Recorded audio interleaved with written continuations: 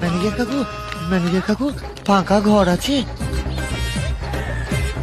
যে কোনো ঘর হলেই চলবে, শুধু দেখবেন ঢুকলে যেন আর বেরোতে না হয়, আর ছোট আর বড়র বন্দোবস্ত থাকলেই চলবে। নামটি বল। কে? বাবা গো, ল্যাংচা। না না, ভালো নামটা লিখুন। আকবর আলী ঘোষ। আকবর আলী ঘোষ, এটা আবার কেমন নাম? তোর বাবার কি? বাপের নাম? দেবেন ঘোষ। মার নাম? নূরজাহান।